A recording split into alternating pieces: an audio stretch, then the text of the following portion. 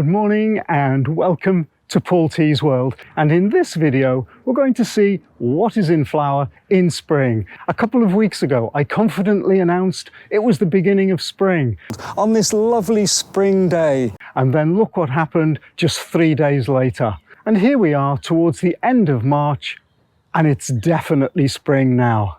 We'll count up and see how many plants are in flower in March in my English garden. We'll start off with this one. It's the flowering currant, one of the earliest to flower.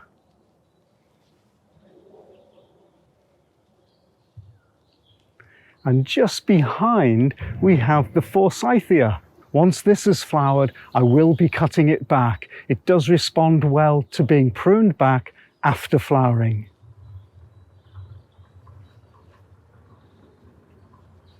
The viburnum tinus is still doing well, and it flowered over winter and still hanging on through to spring. So there are the first 3 flowers that we've seen, and just below here we'll see the 4th.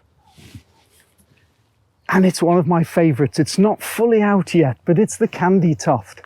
I have a few around the garden and they beautifully hang over walls.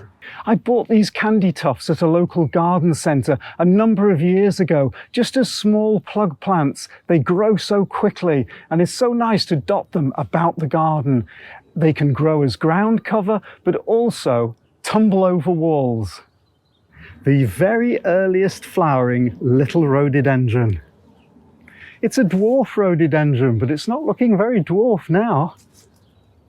It's been here in the garden for 20 years.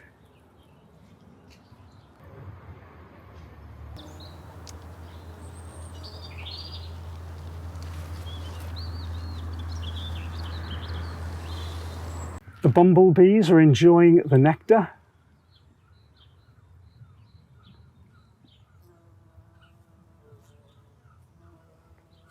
I do like shrubs to cascade over walls and down to the ground.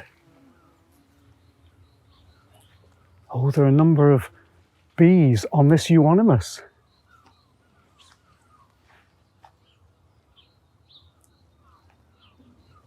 Yes, a lot of bees out this morning. It's nice and sunny.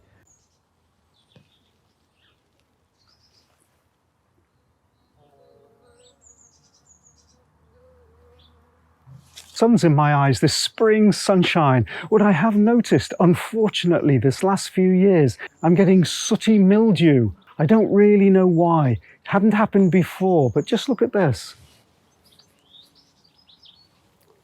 The leaves, they're a little bit yellow. I could do with giving it a boost of sequestered iron.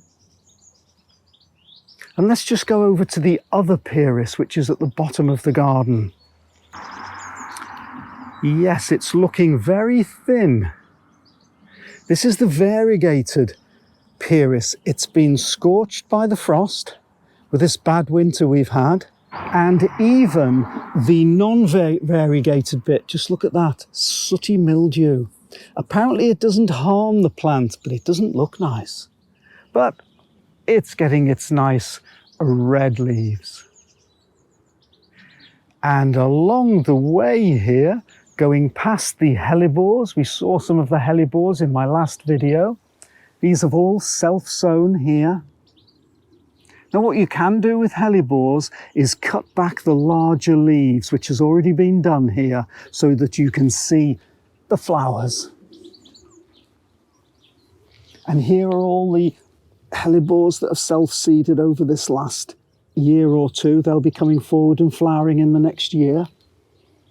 And directly above them is the stellata, the Magnolia stellata. Such a reliable flowerer. It flowers every year regardless, even with all the frosts of this year.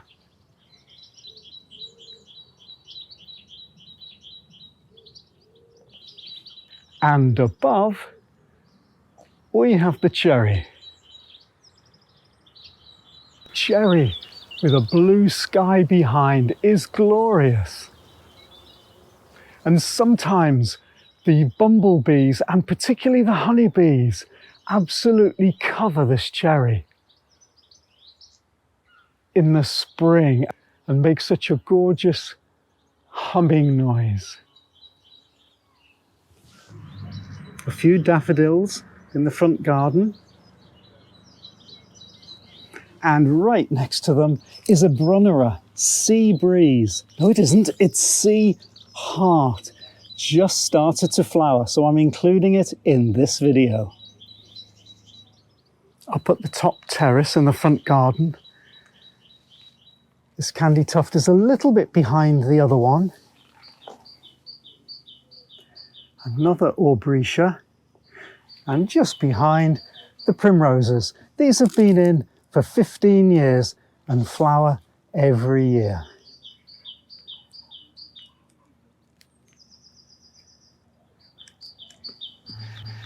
I'm going to include this Lithidora in this video because it's got some flowers out. If it has 1 or 2 flowers out, it's coming in the video. Oh, I can hear a bee here.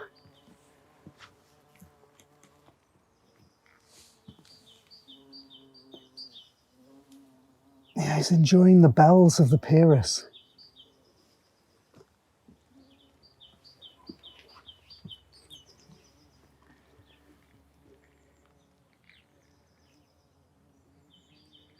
This is where the Liastris and the Veronicas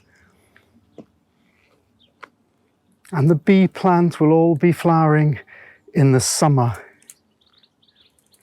Maybe I should put some more primroses in here for the spring.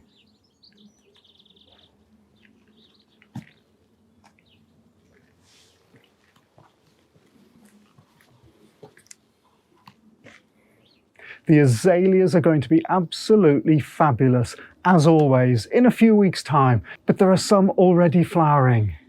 Only 1 or 2 out.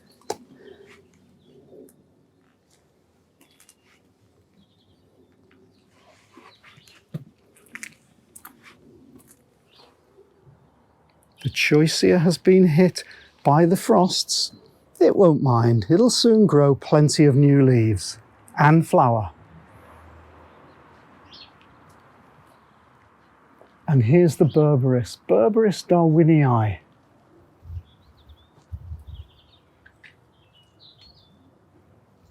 I know Berberis is an invasive plant in some parts of the world, but we quite like our Berberis here in Britain. It's not invasive, that I believe anyway. Let's see if we can find something in flower near the front door. And another azalea, evergreen azalea. These have all been evergreen azaleas. They're out before the deciduous azaleas. Just move over to the other azalea, past the red star cordyline. Didn't like this winter very much. I didn't protect it at all, I just left it there.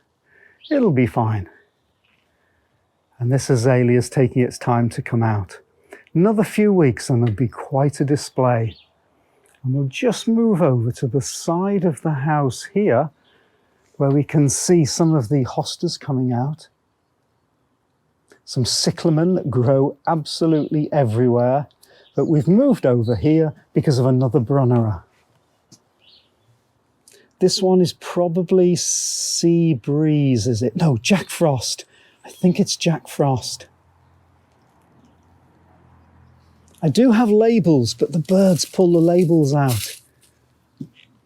And right behind it is another viburnum. I cut this right back. It's about 10 feet high. I cut it down to about 4 feet high, and now it's back to 10 feet.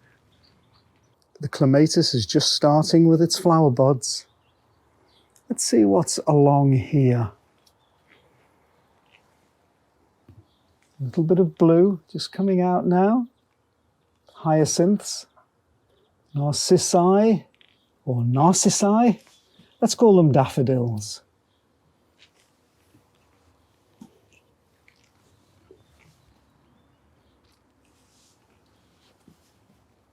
So I have the spring flowers here, and then all the Hostas are going to then fill this bed. There's another one there. I just want it to cover this ugly part of this building here. Another flowering currant, a little bit darker this one. There's a bee on the flowering currant there. Bumblebee. Another Pyrrhus with its bells.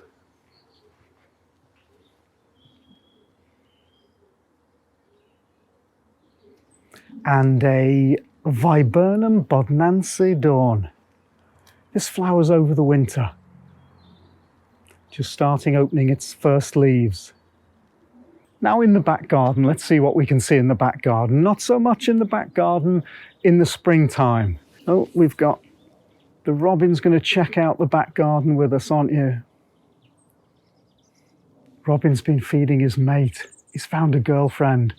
And they're going to produce some little ones soon. I'm just going to go and get a mealworm for him because that's what he likes.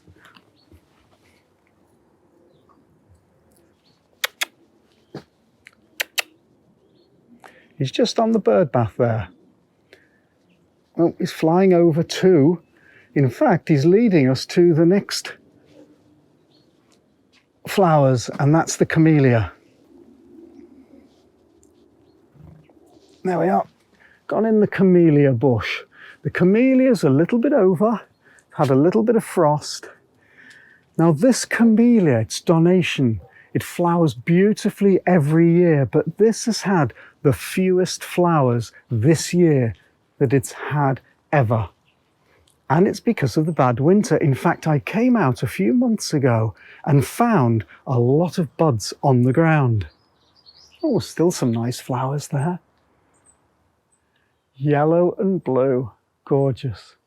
Talking of yellow, let's go and look at one of those plug plants that I put in about 2 years ago. Do you remember when I was doing that video on those plug plants? I got 75 plug plants for £15.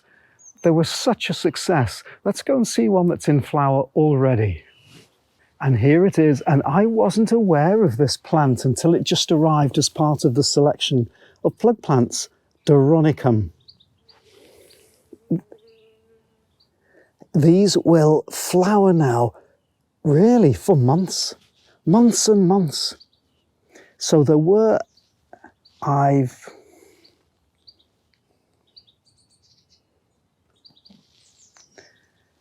months and months they'll flower for. We'll just go and have a look at another one here. There's another one, and that looks like a self-sown one. Oh, and here's another one, but funnily enough, that hasn't flowered yet. And I moved one over here.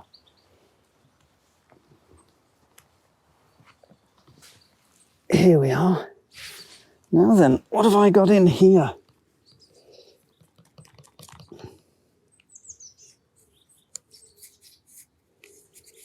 There we are. I actually put a label here. It's Doronicum Little Leo. Fabulous. Really like this.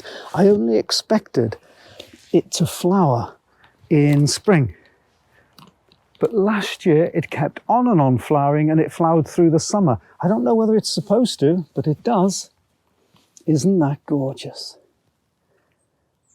Splash of yellow early in the year.